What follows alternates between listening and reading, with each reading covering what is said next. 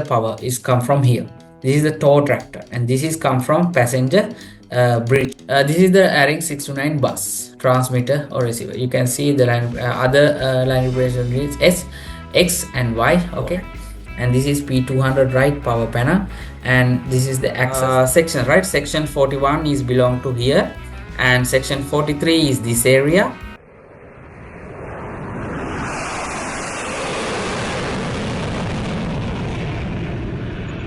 Hello everyone, welcome to Kwation Engineering YouTube channel. Okay, today I took the Boeing 777 introduction part number 2.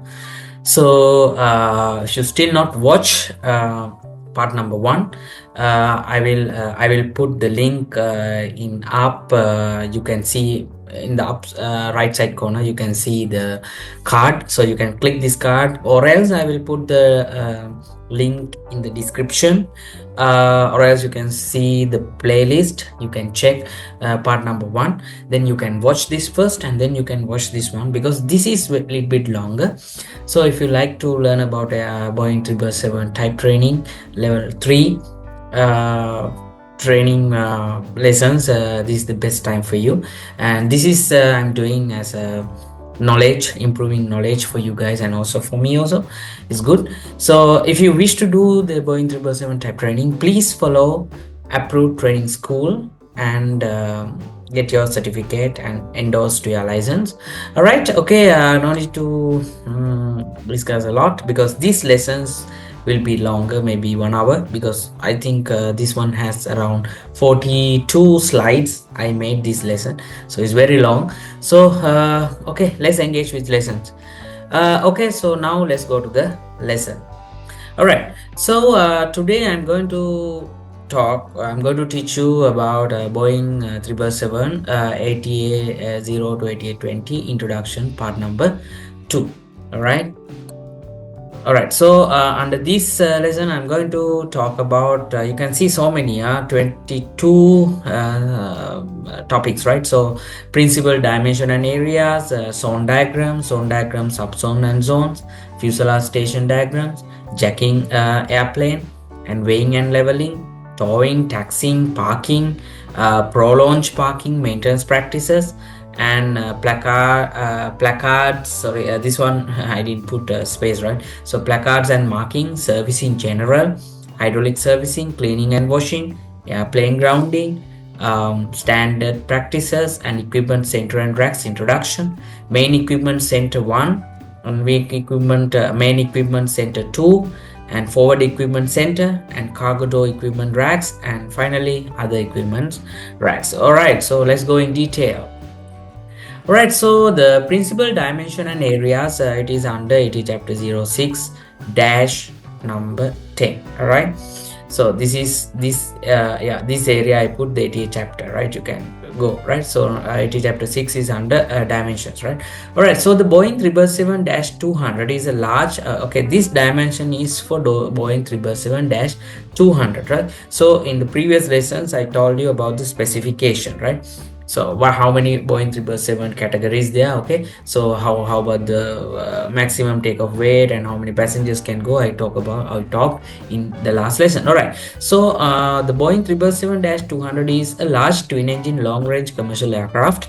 Its size supports high passenger capacity and fuel efficiency, marking it a popular wide-body jet. All right, so you can stop this video and you can check how about the dimensions in the Boeing 777-200. Okay, I just tell you like this, like fuselage width 20 feet and 4 inches, right?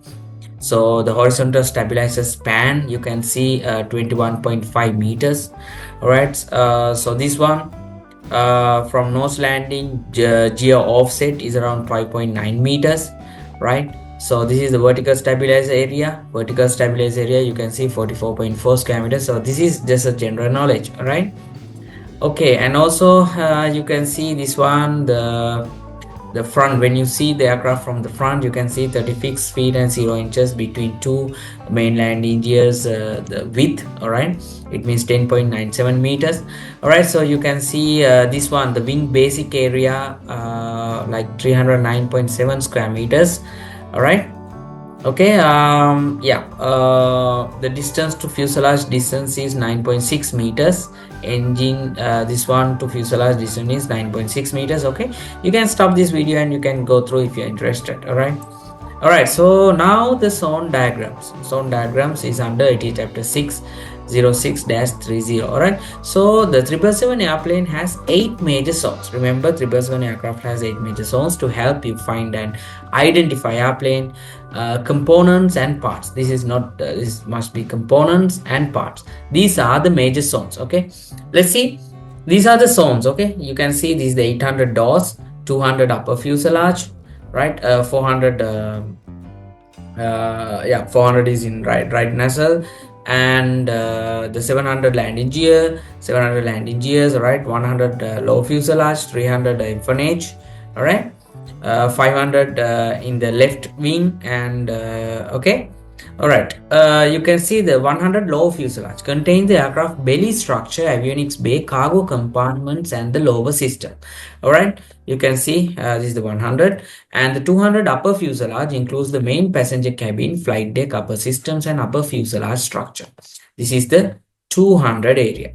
And the 300 empennage tail section covers the vertical and horizontal stabilizer, APU, and the rear fuselage section 48. This is the empennage area, zone 300. And the 400 power plants and nacelles, like in components, engines, engine pylons, and nacelles components, these are called 400. Okay, 400.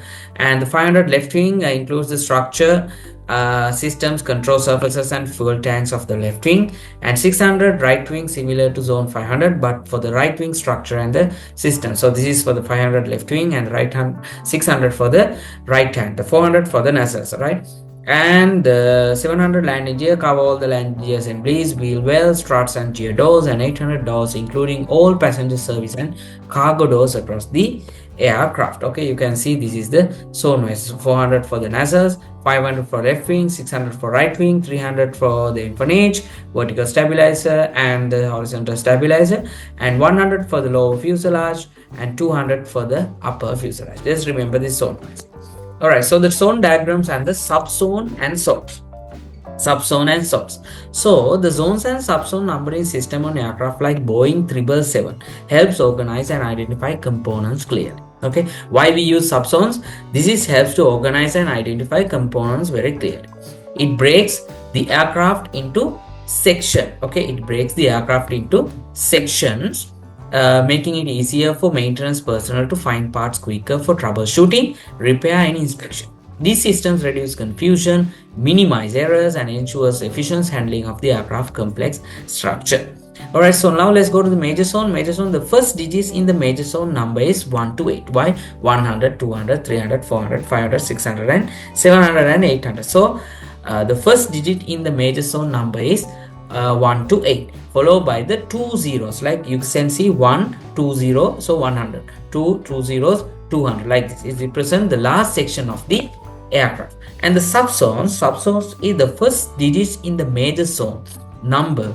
The second digit 1 to 9 represent the subzone. Okay, the first digit is the major zone number, and the second digit is represent the subzone, and the third digit is always 0. Remember, you can see 100-1, 100, 200-2. Subzones further break down the major zones. All right, so it likes 100 and it's like this is something different. I think this is wrong, right? So it should be like 110, 220, like this. Okay, so they just example, they tell you how they define, right? So it is one, this is major zone and this is a subzone, so this should be come here like 110, 220.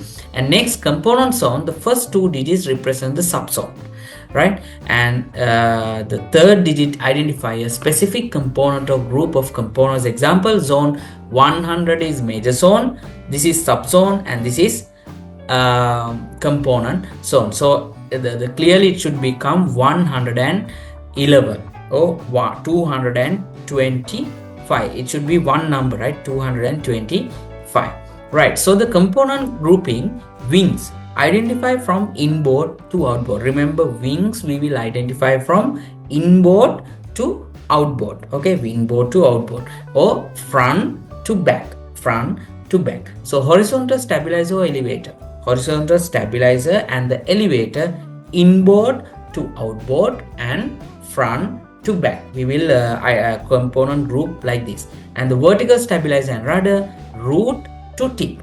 Remember, vertical stabilizer and the rudder we will consider as, we will grouping as root to tip of the stabilizer, and the fuselage front to back, moving away from the floor line. Right? Okay. So the access panels, right? So the access panels identification system. Access panels on the aircraft like Boeing 777s are identified by a 5-digit alphanumeric code. 5-digit alphanumeric code. Here's how the code is structured. Let's see, the first 3 digits represent the airplane zone, like major zone, subzone, and components. I told you, right? And the 4th digit, there is a 4th digit. It should be a letter that identifies the specific access doors or panels in the zone. If multiple panels exist, they are labeled in the sequence A, B, C, etc., increasing from inboard to outboard, bottom to top, and forward to aft. Remember this one. So the 5th digit, right? The 5th digit, a letter that provide additional location informations about the panel. All right. So let's see how the alphabetical codes will tell you what is the locations, right? So the T for top and B for bottom, L for left, right for R for right, and Z for internal, and Z for Z-link, and F for floor panels, and G for floor panels when F designation is used, and the S for sloping slide wall, and W for side wall. Okay. All right. Okay, you can see these are the you can see the subzone. Okay, 520. See, 500 is left wing, 200 and 520. Like so, you can see this is the zone of subzone 440. Like major zone, subzone, and component zone. This is the component. Okay, right. And this is the zone access panels. Access panels we can see 500 and 400, 543 AB. It means like left wing. The component location is 4, and 3 is the component location. Okay, right. 500, the subzone is 4 and 3, and A is A for what? Okay.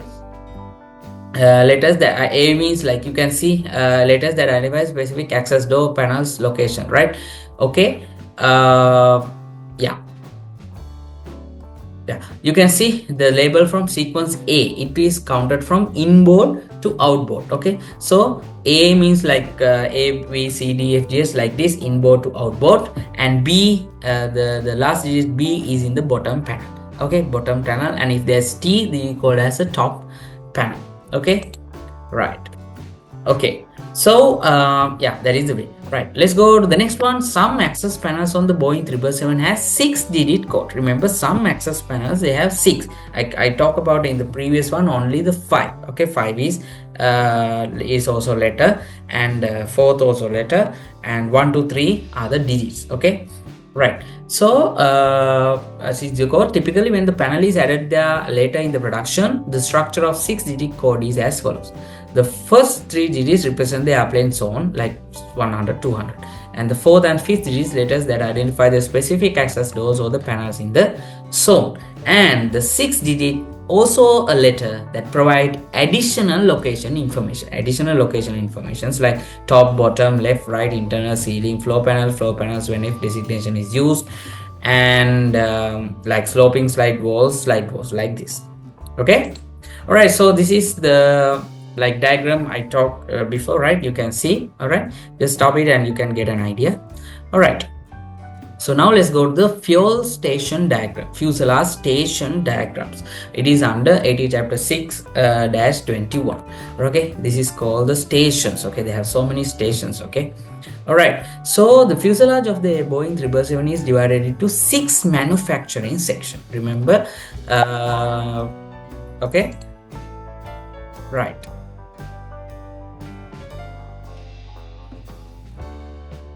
Right. So the fuselage of the Boeing 777 is divided into 6 manufacturing sections, right? 6. So each with specific components.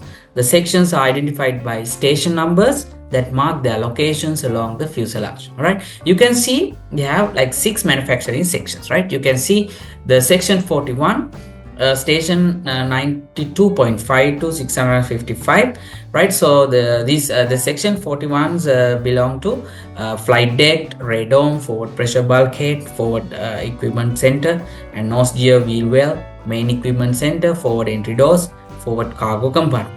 And section 43, section 43 is belong to aft, it's like station 655 to station 1035. So aft part of the forward cargo compartment and the main entry doors too. And section 44, like station 1035 to 1434, is a keel beam and the main gear wheel well. And section 46, station 1434 to 1832 is main entry doors and aft cargo compartment. And section 47 is 1832 to 2050 aft entry doors and bulk cargo compartment. And section 48 is like station 2150 to 2564, like aft pressure bulkhead, stabilizer compartment access doors, auxiliary power unit, APU firewall, and APU inlet and exhaust, APU access doors, and aft access doors. So just remember, in the aircraft they have 6 stations. Section 1 is divided like a section wise. So the section 1 section section 41, section 43, 44, 46, 47, and 48. So these kind of things very important for the structural mechanics. Okay. All right. Right. So these are the sections, right? Section 41 is belong to here, and section 43 is this area, and 44 is belong to this area, and section 46 here, and section 47 here, and section 48. Okay, then you can understand well. All right.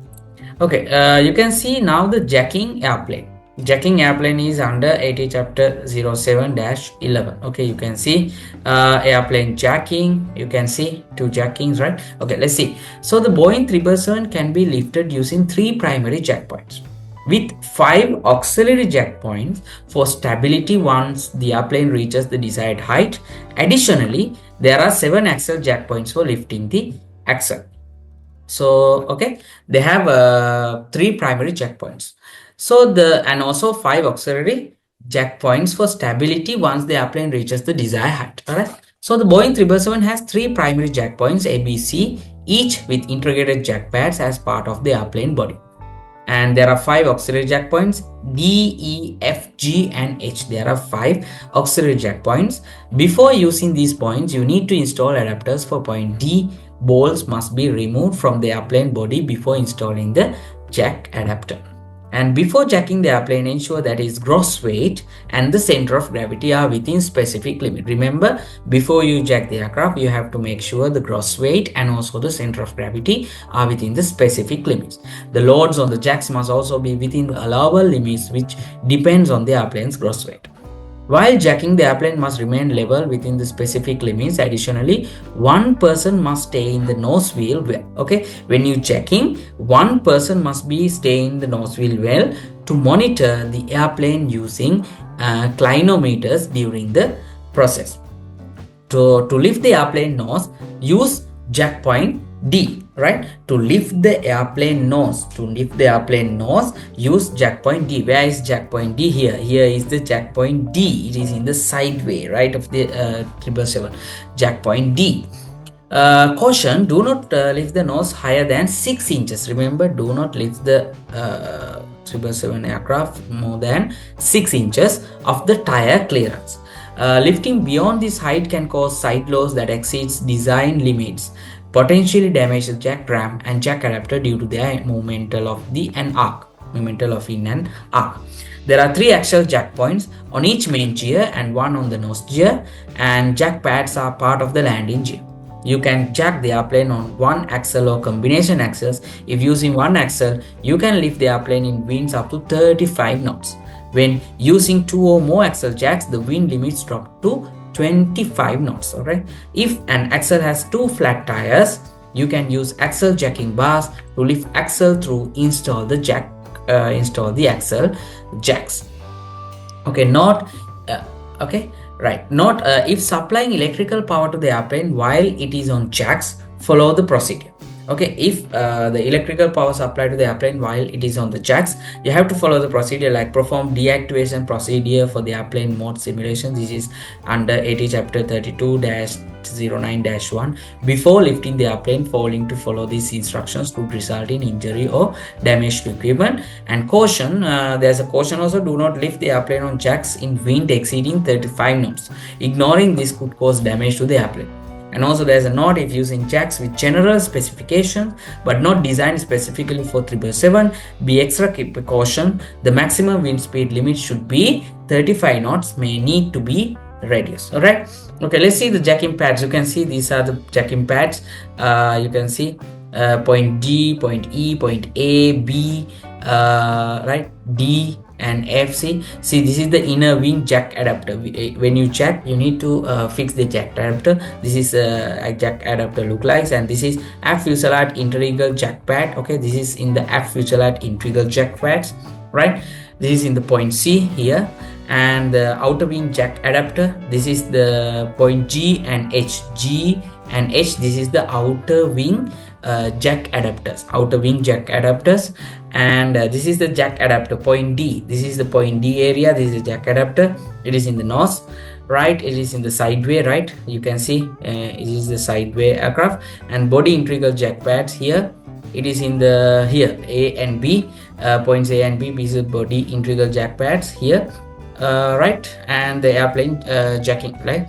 You can see, you can get an idea, right? Or else you can go to the YouTube video and you can check how the 777 is jacked, right? Okay, if I have a chance, I will get a photo how is the look like for 777 jack pads. All right, so now let's go to the weighing and leveling. So weighing, to prepare the airplane for weighing, follow these steps. So first one is you have to ready the aircraft. Ensure the aircraft is in proper configuration with all equipments and fluid at a standard levels, and check weighing equipment, right? Second one, check the weighing equipment is ready. Use calibrated scales and ensure proper tire inflations. And third one, set the aircraft level. Place the aircraft on level surface and ensure it's in the correct attitude. Okay, right. And next one, weighing procedures. Record weights for each wheel on weighing points and calculate the total weight.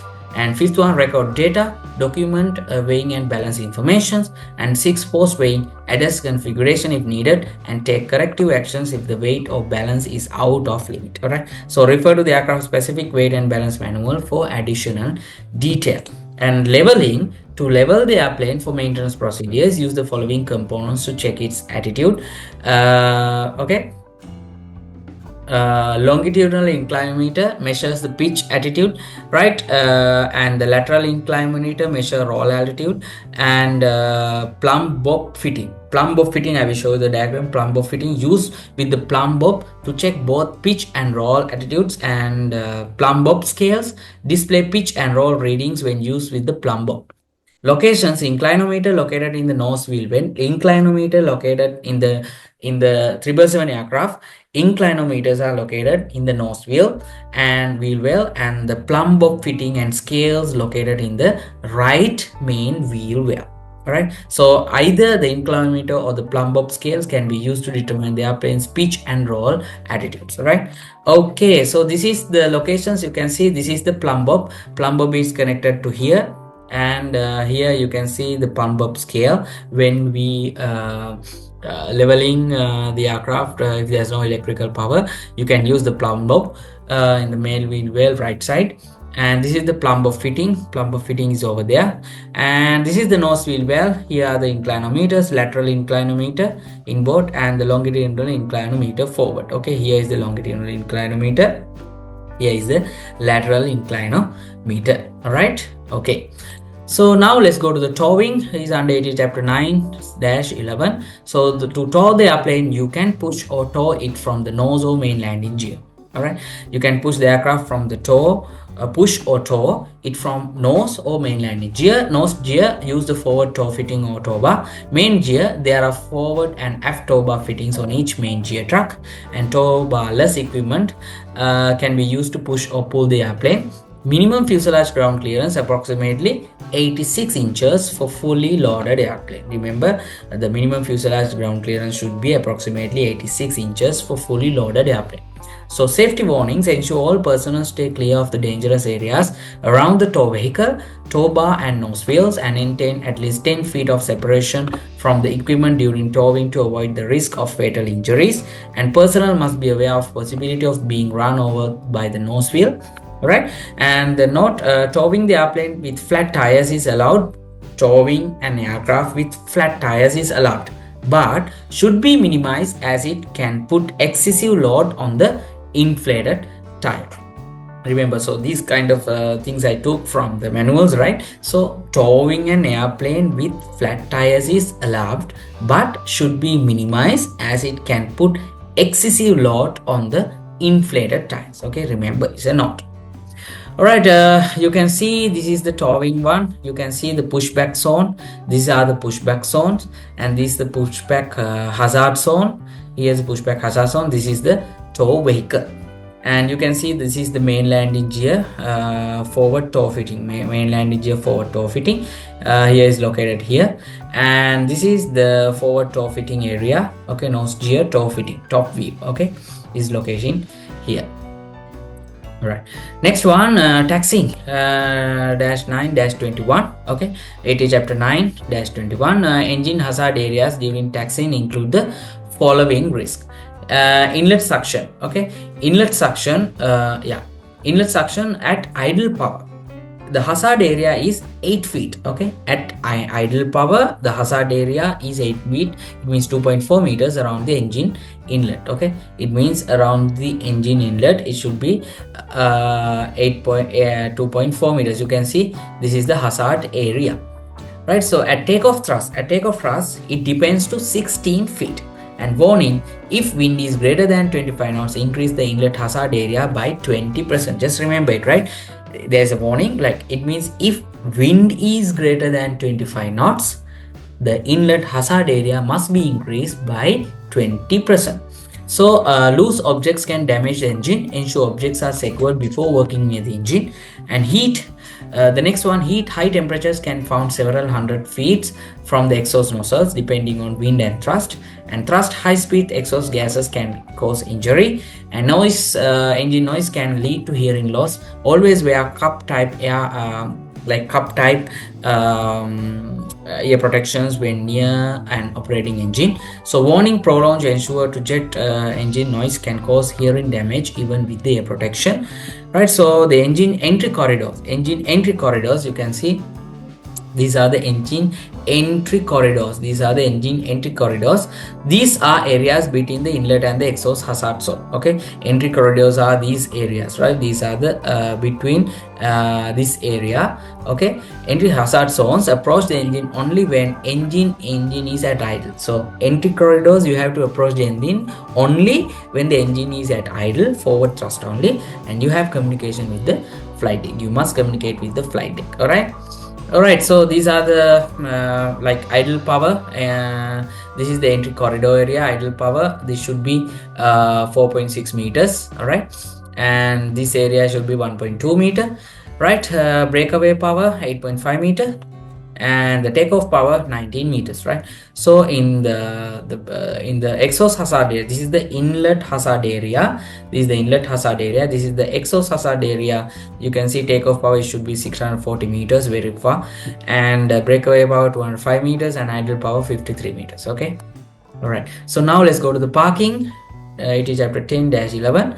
So the normal parking, let's see maintenance practices less than 7 days. So I remember so many aircraft use this procedure in the COVID period, right? Because they have to park the aircraft not in operation, right? So the normal parking maintenance practices: pitot and static port covers. Use covers when the airplane is parked more than a standard turnaround. Failure to remove them before flight may cause errors in airspeed and altitude sensing. altitude sensing, which could lead to unsafe flights. All right. So the parking in high winds, follow the procedures to prepare the airplane to be parked at high winds. Task like that. This is the task number regarding the parking. Light prepare to the airplane to be parked, and the parking with the engines removed. When the engine is removed, also there should be a parking way. So follow the procedure to parking the airplane with the engine removed. This is the task number. And the engine operations, for engine operations, follow the specific procedures in GE, engine operation preparation, like this. Okay, G1, engine operation preparation, this one. And the static grounding, not necessary during turnaround operations unless specific maintenance is being done. However, static grounding is required during fueling. You must have static grounding, right? Specifically when fueling over the wing. And the maintenance procedures using power tools, light electrical cords and instruments powered externally. And cold weather fueling, drain fuel tank sumps to remove water before refueling if the airplane has been idle for more than 45 minutes. Right after refueling, drain the sump again if the airplane remains idle for more than 2 hours. Okay.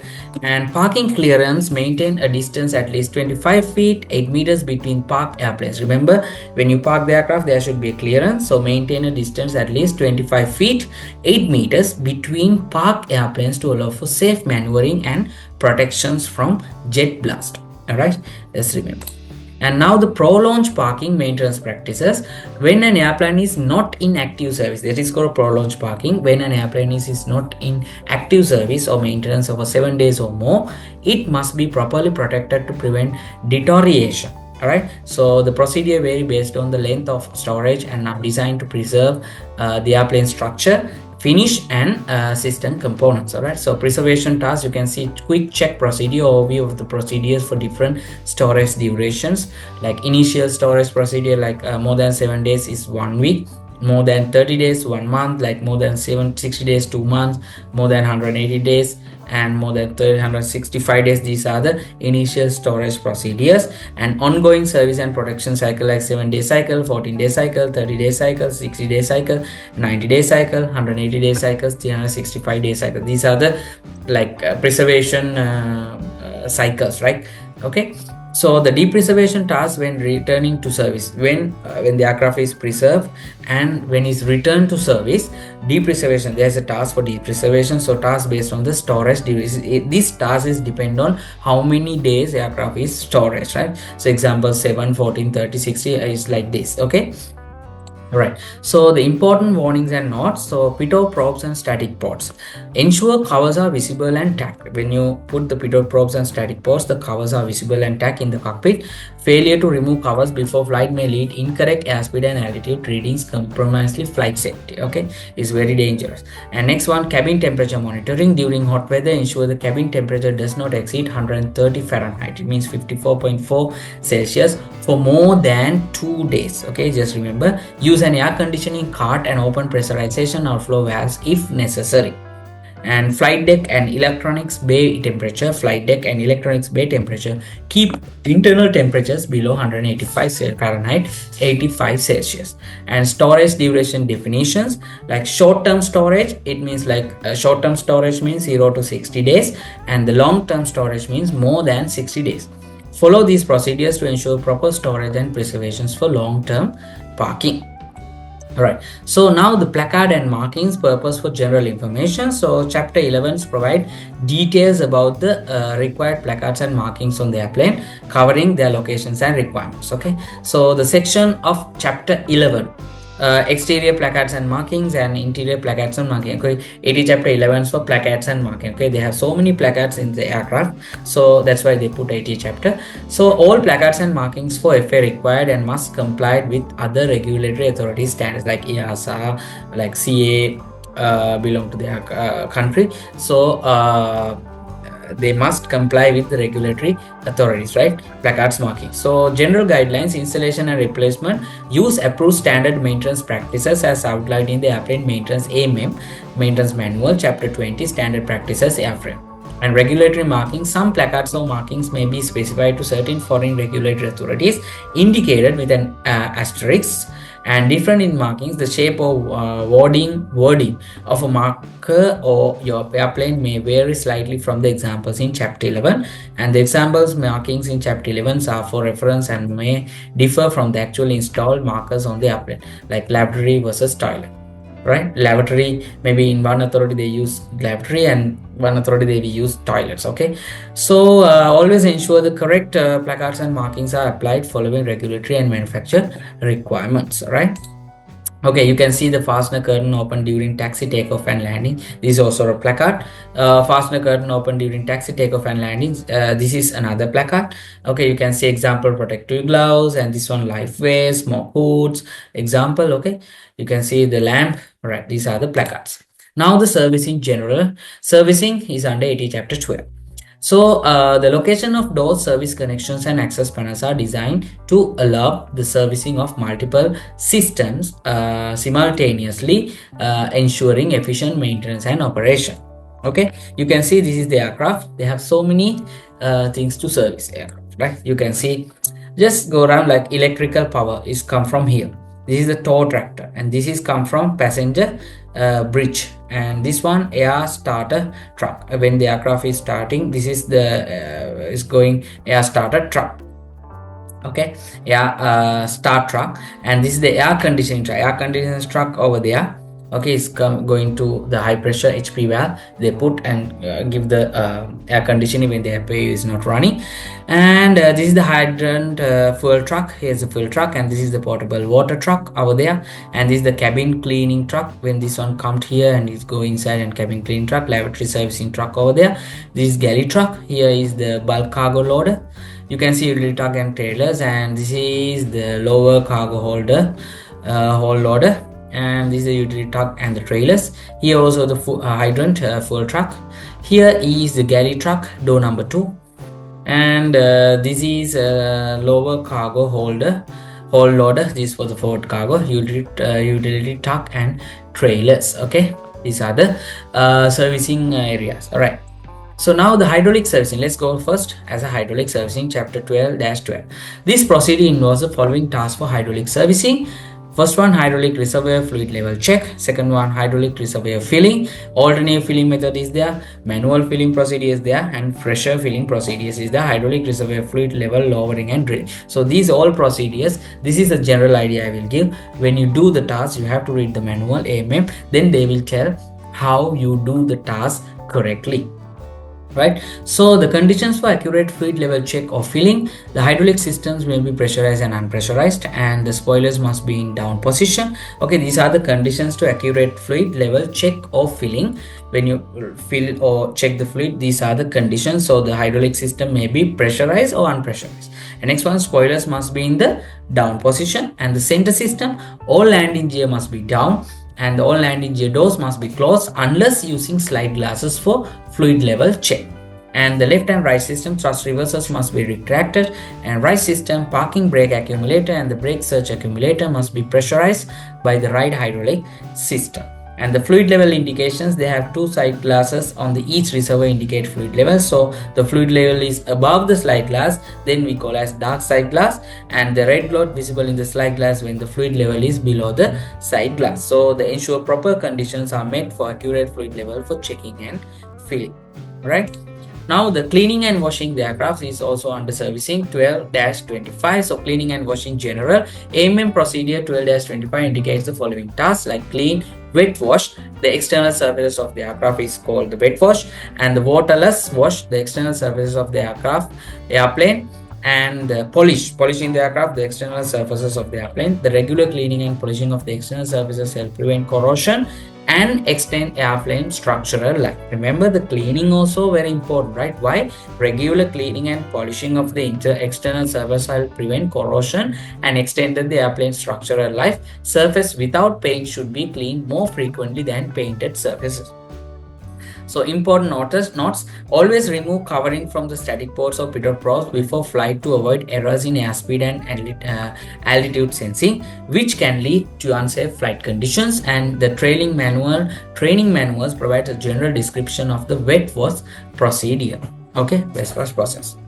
Alright, so the clean, wet wash and external surfaces of the airplane. More, this section includes the following procedure for wet washing. Wet washing. So remove the light materials like dust, dirty dust from the smooth surfaces, and next one, remove moderately heavy materials like oil, mud from the smooth surfaces, right? Remove heavy materials like grease, exhaust particles, smooth surfaces, and remove materials around the sensitive components such as mechanical, electrical, hydraulic parts in the wheel well, flight control surfaces, and landing gear. Remove unwanted hydraulic fluids and clean with foam.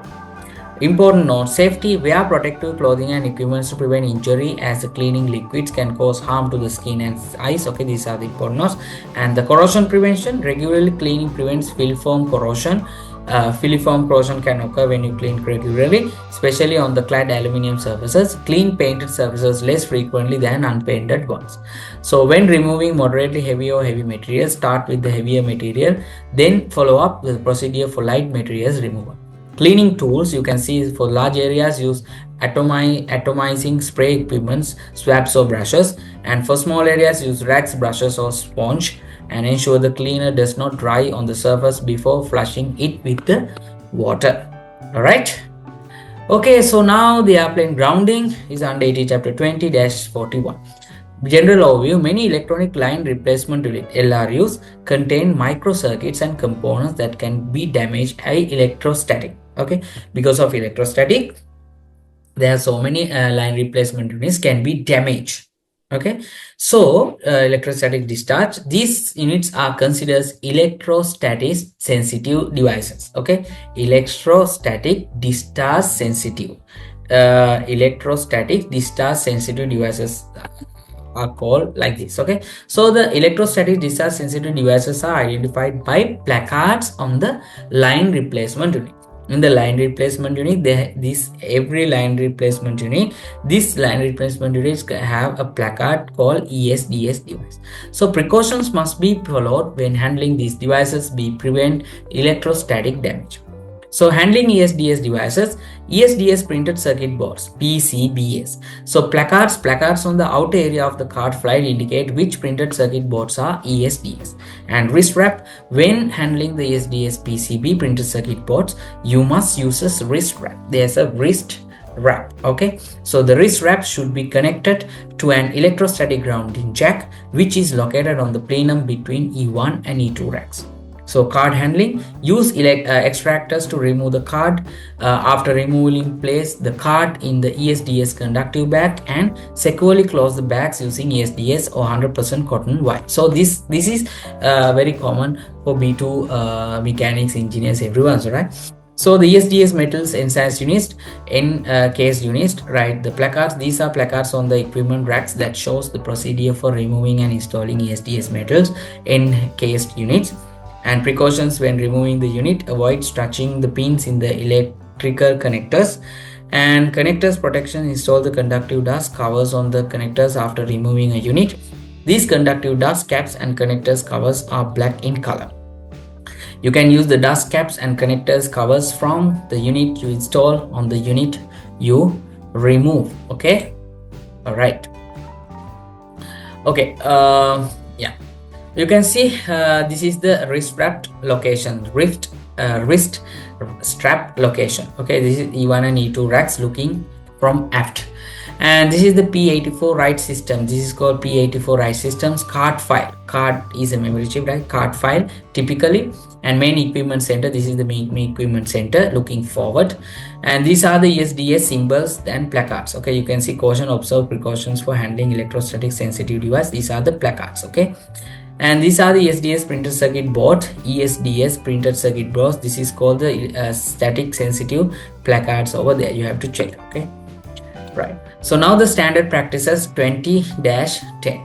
So data buses overview. Let's go to the data buses. So the Boeing 777 uses various data buses for communication between replaceable unit, line replaceable unit and modules. Okay, between the line replaceable units and line replaceable modules, to communicate between them, they use the data buses. These include like ARINC 629, ARINC 429, ARINC 453, ARINC 717, ARINC 618, used for high performance data transfer across the avionics and control systems.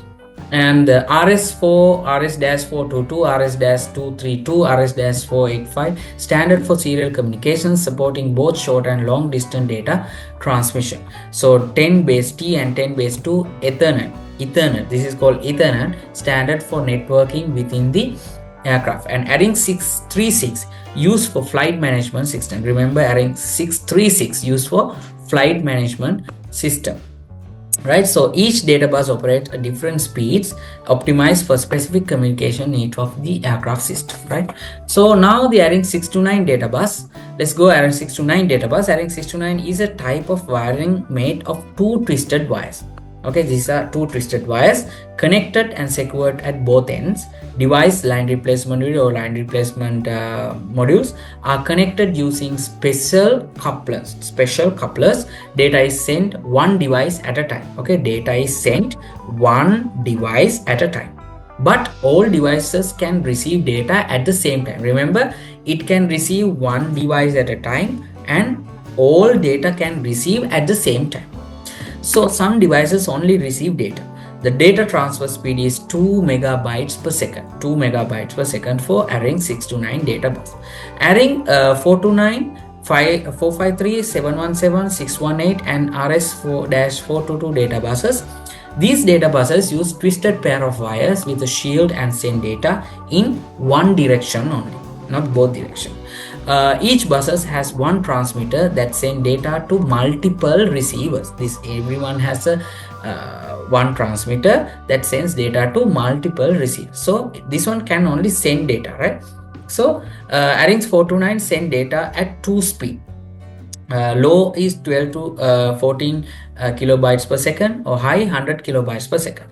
453 ARINC 453 send data 1 megabyte per second, and ARINC 717 send and receive data at 128 words per second. ARINC 618 send and receive data up to 2400 bytes per second, and RS422 send and receive data at 9600 bytes per second. Okay. And next, RS232 10 base T, RS485 10 base 2 and ARINC 636 data buses. So RS232, a one-way bus. This is a one-way bus that uses coaxial wire to send data. Remember, RS232 data bus. This one is one-way bus that uses coaxial wire to send data. It works at speed up to 20 kilobytes per second. And 10 base T, a two-way bus that uses two twisted shielded wire pairs. One pair transmit and the other receives. Okay, one pair transmit and other receives. It operates between the line replacement unit or line replacement modules and transmit data to 10 megabytes per second. And RS485, a two-way bus that uses twisted shielded wire pairs. It operates between two line replacement units or line replacement modules and transmit data at 10 megabytes per second. 10 base 2, a two-way bus that uses a single coaxial wire. It's similar to ARINC 629, but the line replacement unit or line replacement module are connected internally. It sends and receives data 10 megabytes per second. ARINC 636, a fiber optic data. ARINC 636 is a fiber optic data bus that uses one strand of optical fiber per bus with two strands for primary and secondary connections. Data is transmitted at 100 megabytes per second in series between multiple line replacement units or line replacement modules. Right? Okay, so this is the way, right? You can see the ARINC 636 data bus, line replacement unit X, line replacement unit Y, or line replacement unit X, line replacement unit Y. You can see send and receive both. Okay, one way or two way, like this.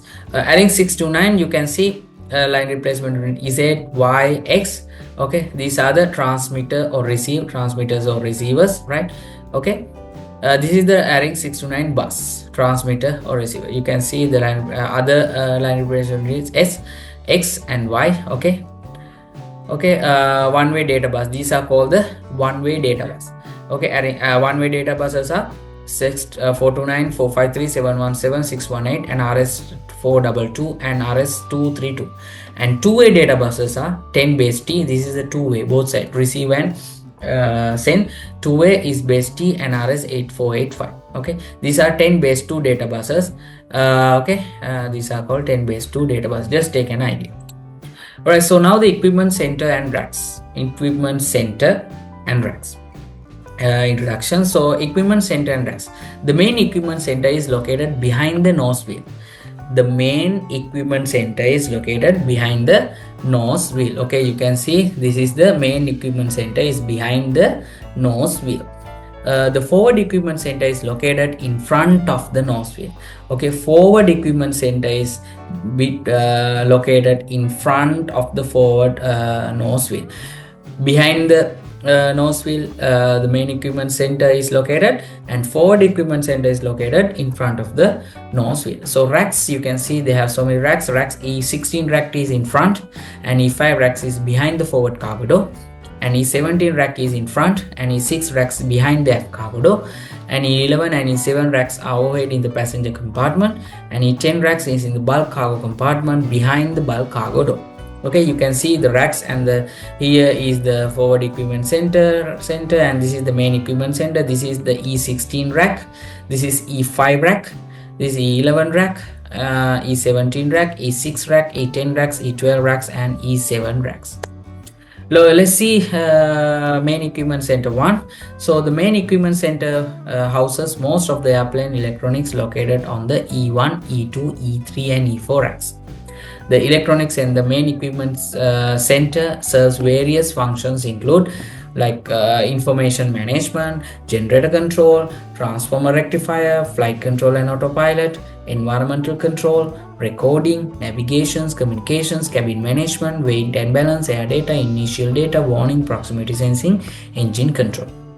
So power management, you can see the main equipment center also includes components for the electrical loads management system. Electrical load management systems such as power panels and power management panels. Okay, and the access to the main equipment center is also access to the main equipment center.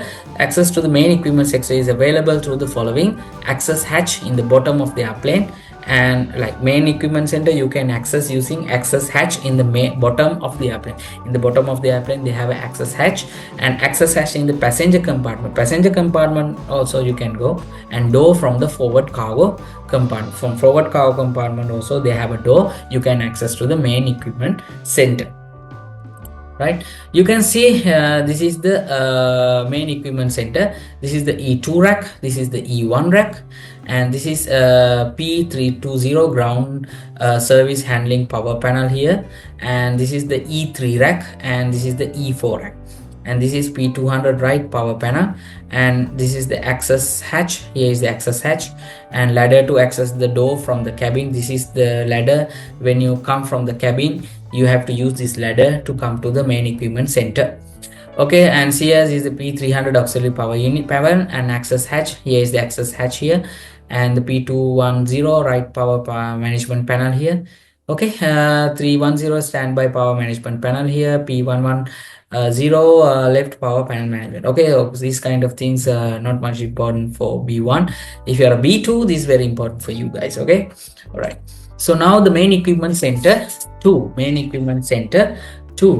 The system card files store important cards that helps different airplane systems communicate using ARINC 429 data buses. These are 2 card files in main equipment center. So this is in the context of the aircraft system. The card, maybe some people they think what is card. So the card refers to the small electronic component or electric circuit board that holds various components and connections for specific functions in the aircraft system. Just remember, right?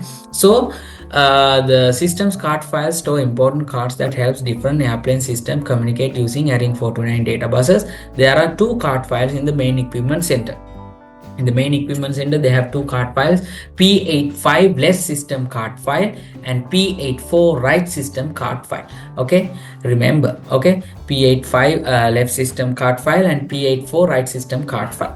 So the P85 left system card file, this file has card for the following systems: for power supply, PCUs and power supply units, for hydraulic control modules, duct leak and overheat detection system, ice protection system for the wings and engine covers, and APU auxiliary power unit, fire overheat detection and left engine power overheat detections, ARINC 629 signal gateways, and environmental control system, and weight on wheel system, wow system. Okay, wow, weight on wheel system means wow system. And the P84 right system card file, they have two card files, I told you. One is P85 left system card file, and P84 is right system card file. This file has card for the following system: power supply units, also hydraulic control modules, duct leak and overheat detection system, ice protection system for the wings and engine covers, right engine fire overheat detections, and adding 6 to 9 signal gateways, environmental control system. All right. Okay, so this is the main equipment center 2. Okay, this is the P85 left system card file here, and this is a P84 right system card file here. Okay, left side looking forward, right side looking forward. All right, so now the forward equipment center, I told you forward equipment center located in front of the nose wheel well. So the forward equipment center contains the weather radar receivers and transmitters. Weather radar receivers and transmitters located in the forward equipment center, which is responsible for weather detection and transmission of the radar signals. Access for the forward equipment center is through a door located in front of the nose landing gear. Okay, so you can see the left weather radar transmitter, and this is the right weather radar transmitter, and this is called the forward equipment center door. Forward equipment center door you can access from here. Okay, and now the cargo door equipment racks. Cargo door equipment racks, there are 4 equipment racks near the cargo doors. Near the cargo doors there are 4 equipment racks. There are E16 rack, forward cargo door station 501, located in the station 501, contains components for the primary flight controls and cargo handling. E16 rack, this is forward cargo door station 51. This is rack is contains the components which is used for the primary flight controls and cargo handling. And E5 racks, forward cargo door station 16, located in station number 613, contains components for primary flight control power and actuator control electronics, radio altitudes, and fuel quantities. Belong to E5 racks. And E17 racks, F cargo door station 1678, contains components for the cargo handling. And E6 rack, F cargo door station 1754, contains components for the high frequency HF communications, brake and tire systems. Belong to E6 rack. It is belong to near the F cargo doors station 1754. And main gear steering system. Remember, main gear steering system components location is E6 rack. Okay, just get an idea. So access cargo door equipment racks. To access these racks, open the cargo door and then release and open the protective cover to reach the equipment on the racks. Okay, just remember, just take an idea. E16 racks for what? For primary flight controls and cargo handling. And E5 racks for what? Primary control power, actuate control electronics, radio altitudes, and fuel quantity. And E17 racks for what? Containing components for the cargo handling. And E6 racks for HF communication, brake and tire system, and main gear steering components containing in these racks. Okay, right. Okay, these are the forward equipment center. Okay, forward equipment center, I talked about it before, right? So now the equipment, other equipment racks. So apart from the equipment racks in the main equipment center and at the cargo doors, there are other racks in the airplane. There are also other racks. So E11 racks. So passenger compartment is between located in the passenger compartment, station 1530, left side. So located above the door 3 cross aisle, access is through a ceiling panel. You have to remove the ceiling panel to access this rack. It contains SATCOM, satellite communication. It is contained the satellite communication equipments located in the E11 racks. And E7 racks, passenger compartment station 1100, right side, located above the F galley.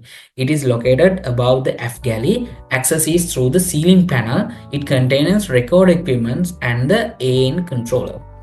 And E10 racks, F of the bulk cargo door, station 1937, right side lower loop. Access is through a door facing inboard. It contains APU battery and charger. Right. Okay. So these are the locations. You can see this is the E11 rack. E11 rack is located in the passenger compartment, but you need to remove the overhead, yeah, you need to remove the what you can through the ceiling panels. Okay, you have to remove the ceiling panel to access this one. You can see this is the rack. And what is the purpose for E-level rack? This is, it contains satcoms equipments. Okay, and this one bulk cargo compartment here, this is a bulk cargo door. The E10 rack is located here. What is the components located there? Yeah, this one, the APU, battery and charger. And this is also overhead passenger compartment in the right side. E7 rack, located record equipment and aim controller. Okay, just get an idea. All right, so that is the end of a long lesson. Thank you for participating in this lesson. All right, I think today I finished the introduction for Boeing 777 type training lessons. So if you have any questions, please comment below, because I do this kind of lessons for you guys especially, because this is good for me and for you guys also, because when I see in the YouTube they don't have any lessons, anything. If you're a person who want to know about the maintenance type trainings, how is going on, so that's why I decided to do through my YouTube channel. So now I think Kwation Engineering is very popular among aircraft maintenance personals. So this is my vision, which I want to give all the knowledges for all the guys, then they will not be scared to fly, because you have to know how the aircraft is work. Okay, don't think aircraft just fly. So many works will do by the aircraft mechanics, engineers, managers, right? So okay, that's all for today. And if you still not subscribe Aviation Engineering YouTube channel, please subscribe, please share these videos with your friends, and please share this channel with other peoples who want to know about aircraft systems, everything. So I will do more videos regarding 777s and A320 also. That's all. And if you have any questions or something, just please comment below. And that's all. And if you like this video, please hit the like button. All right, see you again. Have a nice day for all of you.